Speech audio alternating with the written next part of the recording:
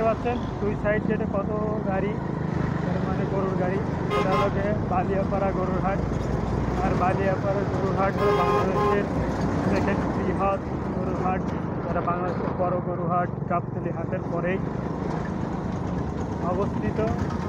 বালিয়াপাড়া এখন কিন্তু কোরবানি ঈদ বা কোনো সিজন নয়, তাই এই অবস্থা। এখন তো বিকাল হতে হতে যে কত গাড়ি আসবে তার ঠিক নাই। দেখতে পাচ্ছেন রাস্তা দুই ধার দিয়ে এভাবেই গরুর গাড়ি সাজানো আছে। মানে গাড়িতেই এতগুলো আসছে, তাহলে গাড়ি ছাড়া আরও কতগুলো আসছে চিন্তা ভাবনা করে দেখুন। বলুন দেখা যাক আর কত গাড়ি আসছে। ঈদের সময় তো ধরেন প্রচুর গাড়ি হয়। এই যে গরুগুলো আছে, ওই যে একটা ট্রাকে দেখতে পাচ্ছেন, এই ট্রাকে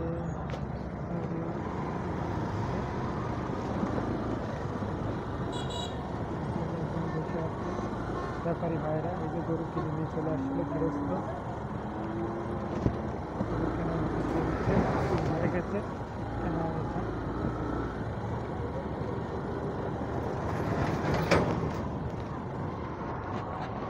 আরো আছে, প্রচুর গাড়ি আছে।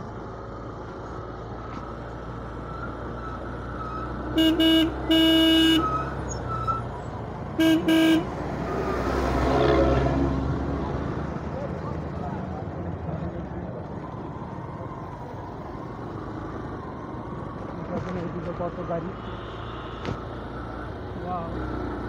গাড়ি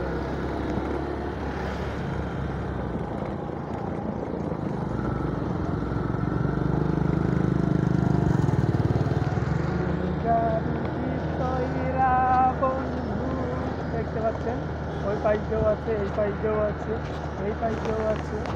খালি গরুর গাড়ি চলছে, গাড়ি যাত্রা বাড়ি।